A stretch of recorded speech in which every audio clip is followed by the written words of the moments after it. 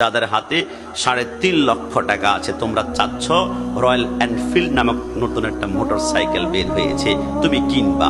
আমি রিকোয়েস্ট করব, তোমাদের কাছে অফার চলছে, 13 লক্ষ টাকা দিয়ে মক্কা মদিনায় উমরা করা যায়। তুমি 2-3 মাস পরে হয়তোবা রয়্যাল এনফিল্ড মোটরসাইকেলটা যখন তোমার সেকেন্ড হ্যান্ড হবে, 2 লক্ষ টাকা দিয়ে মোটরসাইকেলটা পেয়ে যাবে।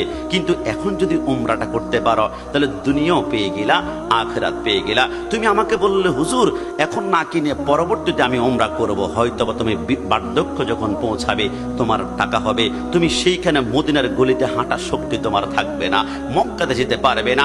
হয়তোবা রয়্যাল এনফিল্ড তুমি কিনবা, কেনার পরে 350 সিসির গাড়িটা যখন তুমি স্পিডটা 100-তে উঠাবা, হয়তোবা কন্ট্রোল করতে না পারলে তুমি হয়তোবা রাস্তার মধ্যে মৃত্যুবরণ করতে পারবা। কিন্তু 3.5 লক্ষ টাকার এনফিল্ড না কিনে 1.5 লক্ষ টাকা দিয়ে তুমি একবার উমরা করে আসো। ওইবার সেকেন্ড হ্যান্ড মোটরসাইকেলটা কিনে যদি দুর্ঘটনা ঘটে, আল্লাহ না করুক, হয়তোবা মদিনা যাওয়ার কারণে মানজারা কবরি ওয়াজাবাত লাহু শাফাতি, রাসূল বলেছেন, আমার রাসূলের রওজা যে একবার জিয়ারত করেছে তার জন্য শাফাত ওয়াজিব হয়ে যাবে। আর যার জন্য শাফাত ওয়াজিব হয়ে যাবে, মানজাল্লাযী ইয়াশফাউ ইনদাহু ইল্লা বিইজনি, তার জন্য চোখের পলকে পুলসে রাত পার হবে। জোরে বলে সুবহানাল্লাহ।